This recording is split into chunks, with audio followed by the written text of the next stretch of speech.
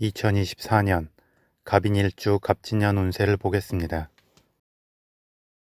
먼저 천간과 지지의 관계입니다. 갑인일주 일간 갑목에게 갑진년의 천간인 갑목은 비견이 됩니다. 비견은 자신의 동료이자 친구이면서 경쟁의 기운 관계가 됩니다.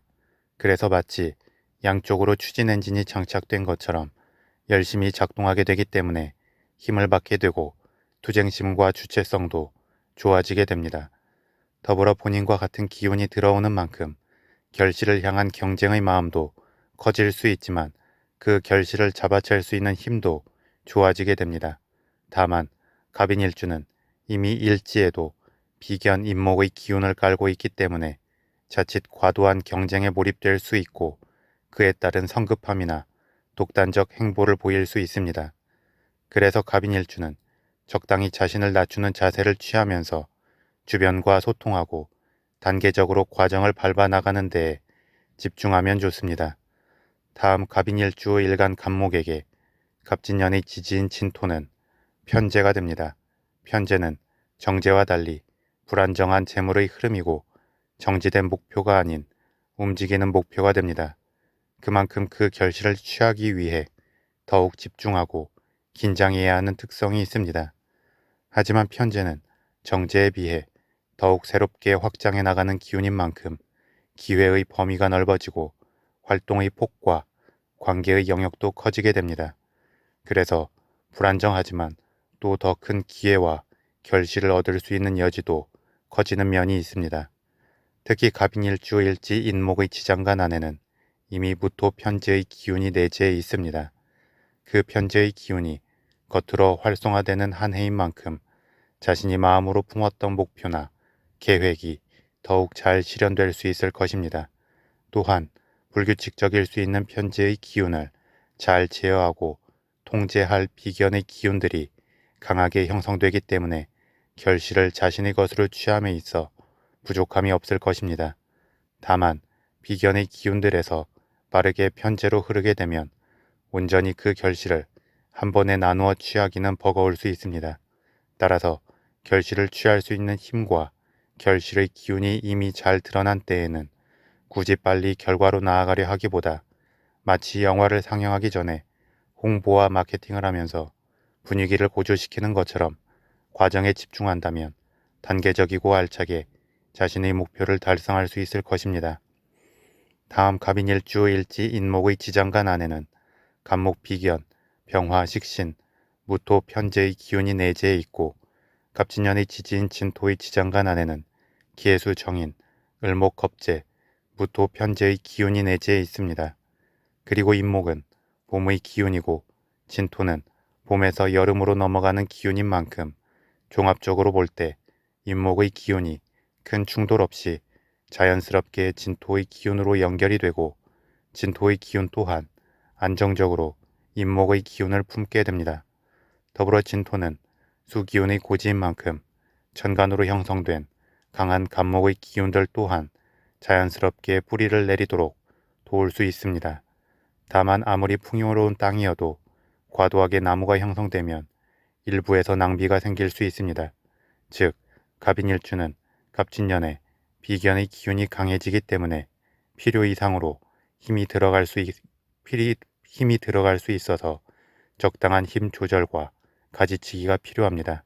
따라서 적당히 주변으로 봉사의 마음을 가지고 자신의 일에만 집중하기보다 틈틈이 주변으로 베푸는 것을 일부라도 병행한다면 더욱 좋을 것입니다. 다음 신살의 작용을 보겠습니다. 갑인일주는 일지 인목이 역마살의 글자가 됩니다. 그리고 인목의 지장간 안에는 비견, 식신, 편재의 기운이 내재해 있습니다. 그래서 갑인일주는 의미 없는 움직임보다는 자신이 하고 싶은 일과 목표로 하는 바를 두고 움직이는 것을 선호하게 되고 그러한 움직임의 경험 속에서 자신을 발전시키게 됩니다. 이는 역으로 앉아서 공부만 하는 것에는 지루함을 느낄 수 있음을 의미하기도 합니다.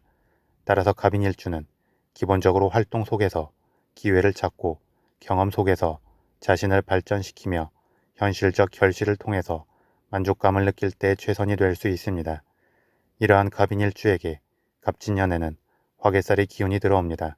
화개살은 잠재적 역량이 크고 뚝심과 고집이 강하며 명예를 추구하는 특성이 있습니다. 그리고 이 화개살의 기운이 일간 갑목에게는 편재가 되는 만큼 현실적이고 합리적으로 자신의 잠재된 능력을 뚝심 있게 발휘하게 될 것입니다.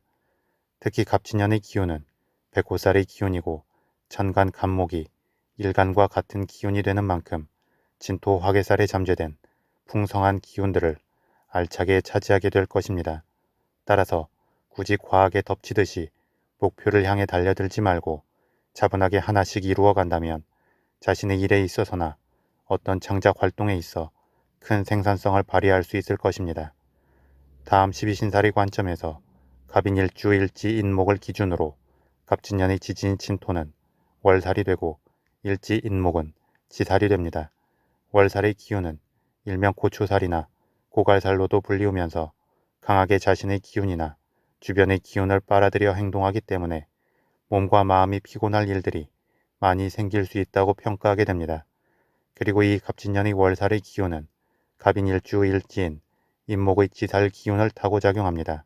지살은 새싹이 돋아난 것처럼 생동하는 기운이고 잠재적 에너지가 큰 기운이기 때문에 월살과 함께 작용하게 되면 기운 흐름에 있어 하나의 방향성이 생기게 됩니다. 다만 월살의 기운이 빠르게 주변의 기운을 흡수하여 작용하는 만큼 일간 갑목을 기준으로 볼 때에는 아무래도 목표를 향한 과도한 성급함이나 무모함이 생길 수 있기도 합니다. 따라서 갑인일주는 갑진년을 맞이하여 너무 한 번에 강하게 몰아치고 힘을 주려 하기보다 힘과 속도를 조절하면서 단계적이고 주변과 보조를 맞춰 나아가면 좋을 것입니다. 마지막으로 12운성론의 관점에서 보겠습니다. 갑인일주는 일주 자체적으로는 12운성론의 흐름에서 건록이 됩니다. 건록은 관대의 무모하고 저돌적인 흐름을 지나 경험의 완숙미가 쌓인 단계입니다. 또한 제왕이라는 정점의 목표를 앞두고 있는 단계이기도 합니다. 그런 만큼 상황을 아우르는 힘이 좋고 목표로 하는 바를 쟁취할 수 있는 역량이 있습니다.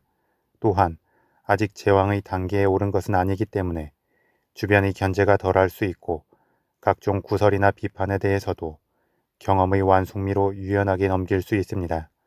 다만 능력 있고 안정적인 기운은 본인의 대처가 어떠냐와는 별개로 시기와 질투를 부르게 됩니다.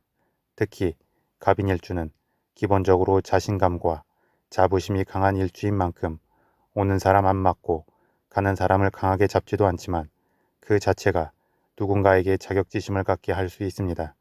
따라서 갑인일주는 필요에 따라서 너무 강한 척만 하기보다 가식적으로라도 자신도 무너질 수 있고 약할 수 있다는 느낌을 준다면 주변으로 기운을 뺏기거나 과도한 견제를 받지 않으면서 안정적으로 나아갈 수 있을 것입니다. 그리고 갑진년에는 이러한 건록의 기운에 대해 진토 쇠의 흐름이 도래합니다. 쇠의 기운은 제왕이라는 정점의 흐름을 지나온 상태입니다.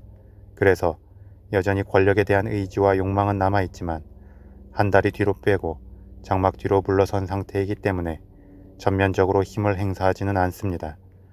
그런데 오히려 이렇게 한 발짝 뒤로 물러났기 때문에 외부의 견제를 피하면서 안정적 실속을 챙길 수 있기도 합니다. 또한 여전히 힘이 남아있고 경험의 완숙미까지 더해진 상태이기 때문에 갑인일주의 건록의 흐름과 더불어 안정적으로 상황을 이끌어갈 수 있습니다.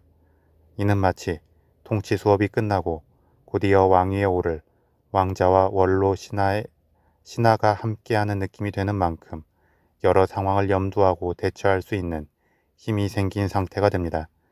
그만큼 갑인일주는 갑진년에 상황을 주도하는 힘과 결실을 아우를 수 있는 역량이 커지는 한 해가 되기 때문에 차분하고 단계적으로 나아가면서 주변으로 일부 베푸는 느낌을 견지한다면 최선이 될 것입니다.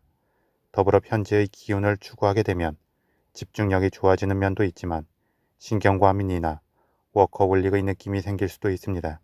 따라서 적절히 몸과 마음을 릴렉스하고 주변과 소통하면서 상황을 살피고 보조를 맞추려는 여유의 시간을 갖는다면 느린 듯 하지만 더 안정적이고 지속적으로 자신이 추구하는 바를 향해 나아갈 수 있을 것입니다.